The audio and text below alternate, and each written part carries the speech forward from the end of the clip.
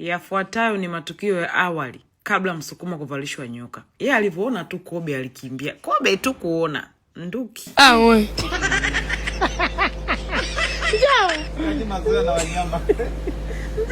Toka kwa mzee Kobe alivyoona nyoka amenyanyuliwa ili yeye avalishwe.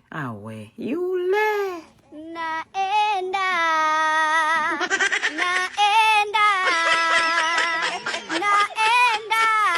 Mungu unitangulie.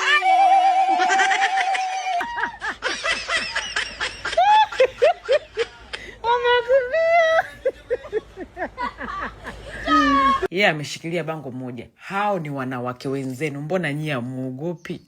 Ila Msukuma kuna muda ana madini sana.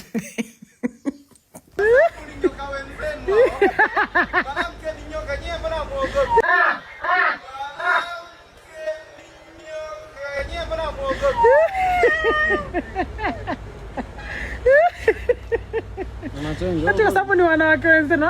Mimi nimemleta yeye hapa. Hapo kwa kweli. Njoo, unanizalilisha mwanaume mzima wa Kisukuma. Wao wanaume kujitutumua kwenye vifo staki. Hii hapa sikuwaonesha. Unajua alivua ile cover la ogo akavaa shingoni ili tu nyoka simsisimue, lakini haikusaidia. Shika maana atamove. Atamove maana yake anatembea. Mikono nateleza. Hii ilishindikana jamani. Tukamvua kwanza Msukuma nyoka, pressure ishuke. Haya, ikaja kupiga picha na mchumba akiwa amevaa nyoka.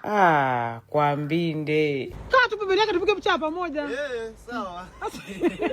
Wewe angalia huko. Ngeuzie kitu hapo. Angalia huko kwangu mwaya. Enjoy. Simama tu hapo. Nakuomba. Wewe nani uwe na heshima bwana?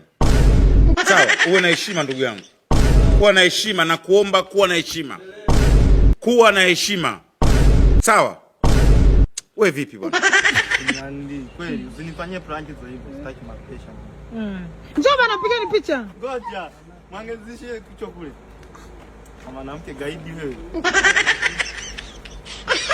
Shughuli ilikuwa atete saa ngapi Msukuma asivue nguo kumshika tu nyoka kichwa. Jamani. Angati.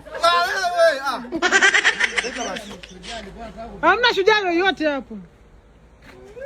Mteme kama ana ushujaa, mteme. Mteme ndio.